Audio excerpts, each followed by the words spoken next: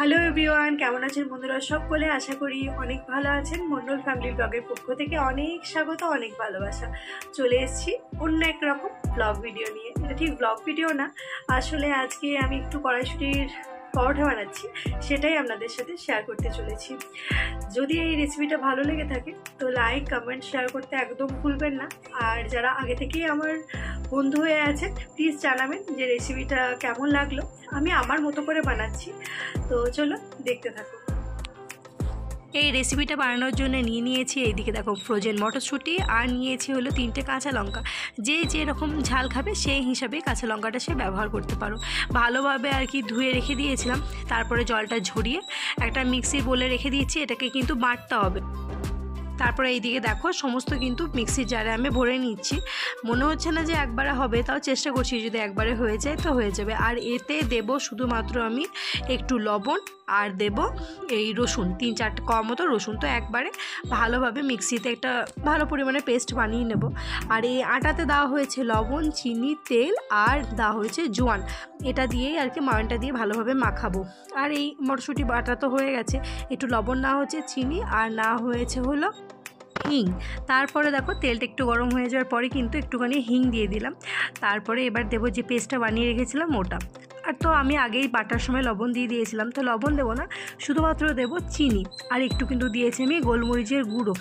যাই হোক, এটা দিয়ে ভালোভাবে আর কি একটুখানি মানে ভাজা ভাজা করে নেবো। অতিরিক্ত পরিমাণে শুকাবো না, কারণ যেহেতু একটু চিনি দিয়েছি তো তাড়াতাড়ি আর কি মানে শুকিয়ে যাবে আর কি।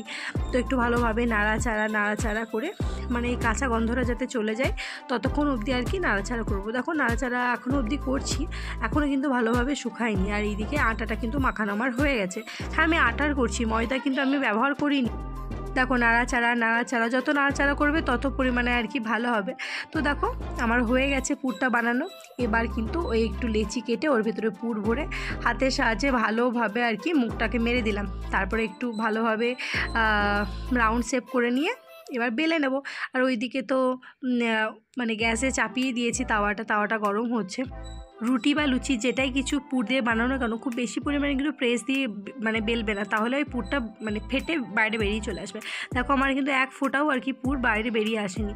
তো ভালোভাবে বেলে নেওয়ার পর আটাটাকে ঝেড়ে দিলাম। এবার দিয়ে দেবো তাওয়াতে। তারপরে এপিঠ ওপিঠ ভালোভাবে আর কি সেকে যে যার ইচ্ছা ঘি বা তেল, আমি তেল দিয়েই বানাচ্ছি, নাহলে যদি ঘি দিয়েও বানালেও কিন্তু বেশ ভালো লাগে।